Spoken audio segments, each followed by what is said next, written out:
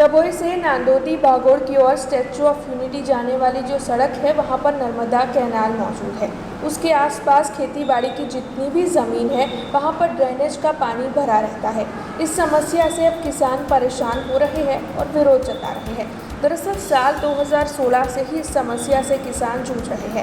वहाँ पर गंदा पानी भरा रहने की वजह से मच्छर होते हैं, लोगों को बीमारियों का डर रह रहा है। लोग अब तक कई बीमारियों का शिकार भी इस गंदगी की वजह से हो चुके हैं। साथ ही खेती बाड़ी की ज़मीन में ड्रेनेज का पानी भरे रहने के मद्देनज़र किसानों को नुकसान भी हो रहा है। तब इस मामले में किसानों की ओर से कई उच्च अग्रणियों तक पेशकश की गई है, लेकिन अभी तक ये समस्या सुलझी नहीं है। नर्मदा प्रशासन ने इस मामले में सूद नहीं ली है, जिसके मद्देनज़र आज किसान इकट्ठा होकर इस मामले में विरोध जताते हुए आंदोलन कर रहे हैं और सरकार उन्हें मुआवजा मुहैया करवाए ऐसी मांग साझा कर रही है। આજના વિષયના અનુસંધાનમાં ખેડૂતો અમે બધા એકઠા થયા છે, જ્યાં નગરપાલિકાનું ગંદુ પાણી પેસે છે અમે ત્યાં જ ભેગા થયા છે। હવે વારંવાર અમે અરજી આપી છે, વારંવાર અમે એપ્લાય કર્યા છે, ખેડૂતો ભેગા થઈને પણ ગયેલા છે, બધે જ અરજી આપી છે। દરેક જગ્યાએ કોઈ ટેબલ એવું નથી જ્યાં અમે નથી મળ્યા, પણ અમને કોઈ રિસ્પોન્સ આવતું નથી।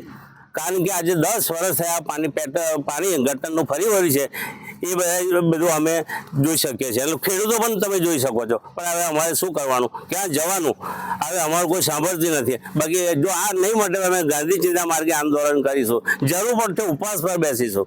આજ સુધી અમે લડાયક મોડમાં આવ્યા છે, હવે અમારાથી સરસ થાય એવું નથી। આ પાણી બંધ થાય એ જ અમારી વિનંતી। લગભગ આ 9-10 વર્ષ તો થયા જ છે। 10 વર્ષથી કોઈ ઉત્પન્ન લીધું નથી। અધિકારીને પણ ખબર છે, અમે દરેકે અરજી આલી છે, ઉપરથી સુધી પીએમની પણ અરજી છે, સીએમની પણ અરજી આલી, દરેકના પુરાવા અમારી પાસે છે। અમો નાદોદી ભાગોના ખેડૂતો તિલકવાડા રોડ પર 150 વીંગાનું ખેતર છે અમારે 35 ખેડૂતોનું। નગરપાલિકાનું ગંદુ દૂષિત પાણી છેલ્લા 10 વર્ષથી ભરાય છે। આ વીંગામાં 1 પણ રૂપિયાનો પાક કરી શકે એવી હાલત આજે પણ નથી, 10 વર્ષથી એવી હાલત છે। તો હવે અમારે કરવાનું શું?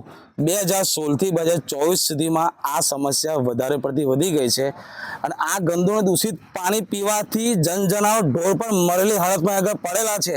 તો પણ નગરપાલિકાને અવારનવાર અમે જાણ કરવા છતાં, નગરપાલિકાને અમે લેખિત આપવા છતાં નગરપાલિકાવાળાને જાણી જોઈને કાર્યવાહી કરવામાં કોઈ ઇન્ટરેસ્ટ નથી। હવે કાર્યવાહી કેમ નહીં કરતા એમનો પ્રશ્ન છે। અમારે તાત્કાલિક ધોરણે આ પાણી બંધ થવું જોઈએ। અરજી આપી આપીને અમે થાકી ગયેલા છે।